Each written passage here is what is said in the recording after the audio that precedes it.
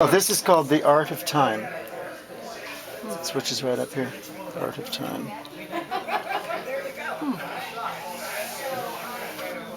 She doesn't do this thing. She's a bottle broom.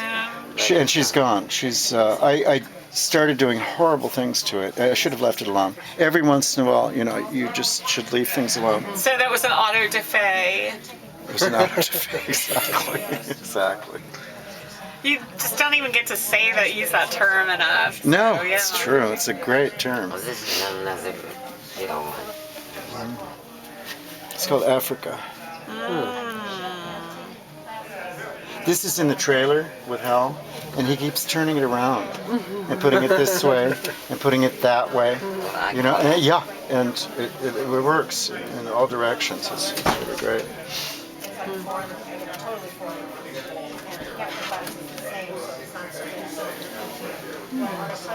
That's familiar somehow. You've seen that at the studio. Oh, okay. Yeah, Brenda's visited. She's seen. Okay, yeah. Oh, should I start over again? Are you taking photos? It's one long video, dear. It'll be on YouTube tonight. Oh, really? Paul shows Wow. his album on YouTube. Oh, it's picking up my voice, too. Yes, I love it when people show an album, they talk about the work. So here we go. I like your Just pretend I'm not streams. here. I like your streams. Oh, this came from the same print Okay. with the one with the birds. I cut it out, and then I painted into it. Yeah. And collaged into it. Yeah. My little Kachina people. Yeah, it's very pleasing, the stream. That's the first time my little square-head Kachina people showed up. Very inception. Yeah. This is them at the Mardi Gras. I had a Mardi Gras show. And this is on cloth that I tie-dyed and collaged into and silk screened. So clearly that was not done in jail because... Not done in jail. Okay, Yeah. right. Whoa. Is that like studio rising from its own ashes or something? Trying to fly free. Yeah. This is up at our place at the water tank. This is our water tank. Oh, I haven't seen the water tank. Oh, you have. I have. I just thought it was an art installation building. Yeah. Okay. Yeah, it holds water. 4,500 gallons. Thank God. Yeah. This is on the water tank. Yeah. Stamp. Do you remember those stamps? Yeah. Yeah, that's beautiful stamp art. Yeah.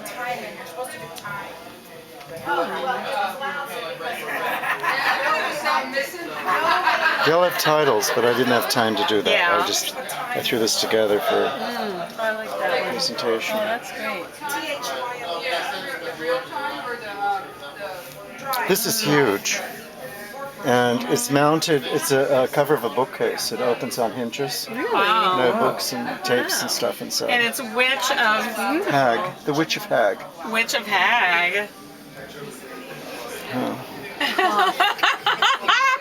Don't mess with her. Oh my God. Yeah. Yeah. And this is our cat. We have a cat named Panthar who's black. This is Panthar being pink. And I did a giclée print. You know what giclée is? It's a scanning process, and then you can print it on paper or cloth or canvas. And I enlarged it, and I printed on canvas. It's fabulous. Yeah. This is your county jail. This is my commissary list. Oh. You recognize it? Have you been in jail? No, I just saw it. No, actually. You mean commissary list? Like what is that? Like food options? Yeah, M&Ms and potato chips and pencils and erasers and soap and shampoo and combs. Oh yeah, sure. Oh yeah. Fortunately, I was getting funds. I was funded to stay there. Sort of a grant. And then an amazing, I haven't gotten there yet.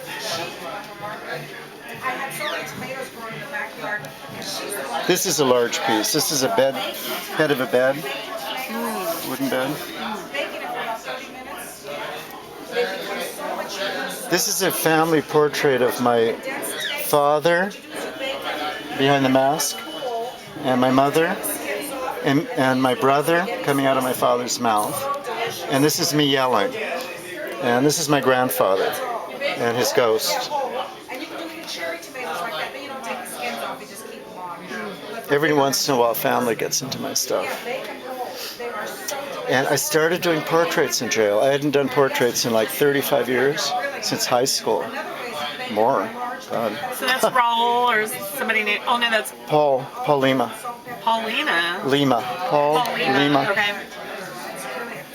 And I got him to take his shirt off. I created quite a scandal there.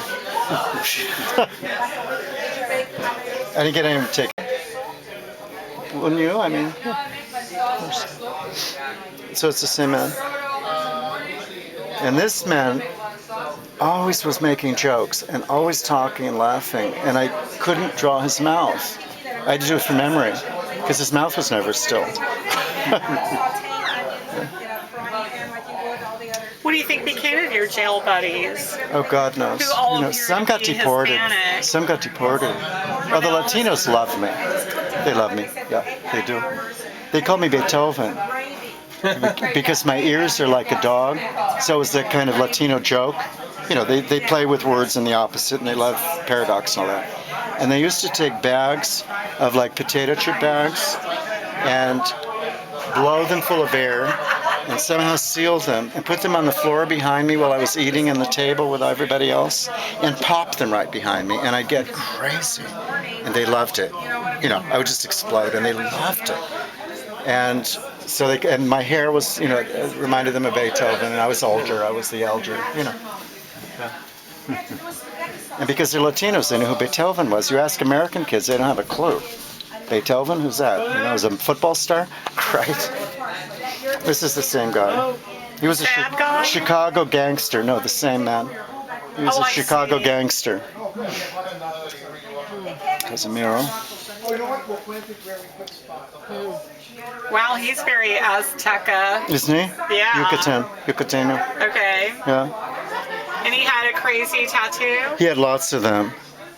He had lots of them. Jesus with the cross? This is Jesus. Bleeding cross? Well, the cross wasn't there. Just Jesus' head and his mother's name or something. Have you guys kept up with the gossip to know? Need to do him with tears. And I said, look, I can't just put tears on your face. You have to cry because your whole face will change.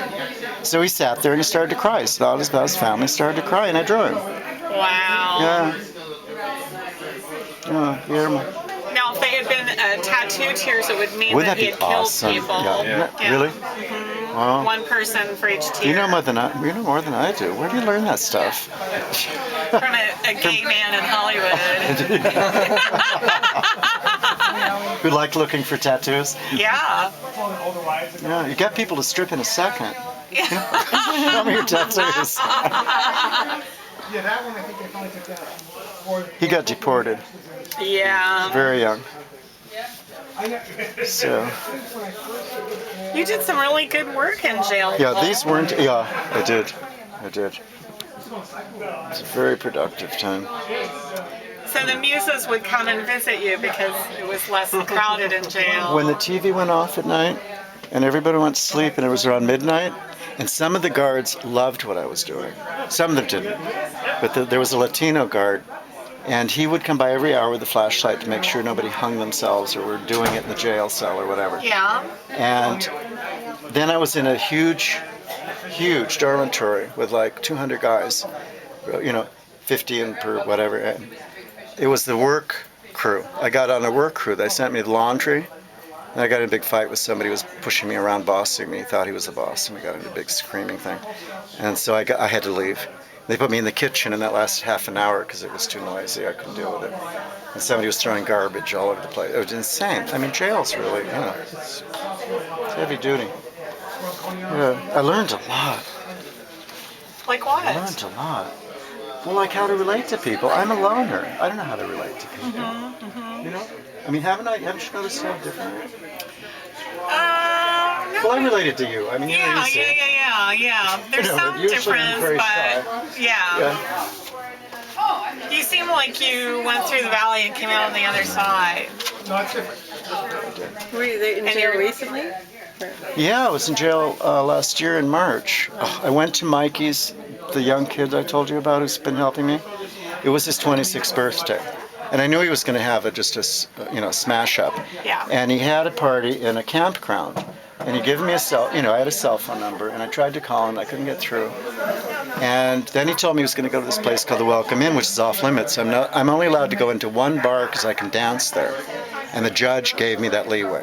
Otherwise, I have to stay away from bars. So you can go only if you dance. To the Casper Inn, right? So I snuck into the Welcome Inn because I knew Mikey was going to be absolutely blotto. It was like 12:30 at night. And I found him in there, and he was a mess, and he was on the edge of getting in trouble and fighting with everybody. And he was trying to feed me his drink. And I was thinking, well, if he feeds me his drink, he won't have any more, and that's a good thing. So I gulped it down, and he went outside, and he started kicking my car. I have a '66 Mercedes. Lovingly. He was giving it love taps on the bumper and saying when I die, I had promised him he'd have my car. So he was showing off that this was going to be his car someday, right? And the cops pulled up. And he was on probation. We were in jail together. He and his dad and me were all in jail together, right? That was the trip. So the sheriff recognized me and knew that I was on probation and that I was somewhere where I wasn't supposed to be and smelled my breath and did the whole thing. And so Mikey and I went off to jail together on his birthday. And I broke probation and got another 3 years probation out of it. You couldn't have just run out into the woods. I was in the middle of Fort Bragg. You were what? I was in the middle of Fort Bragg, and they were tasering him. I've been tasered. That's a nightmare. I know what it feels like. It's a nightmare.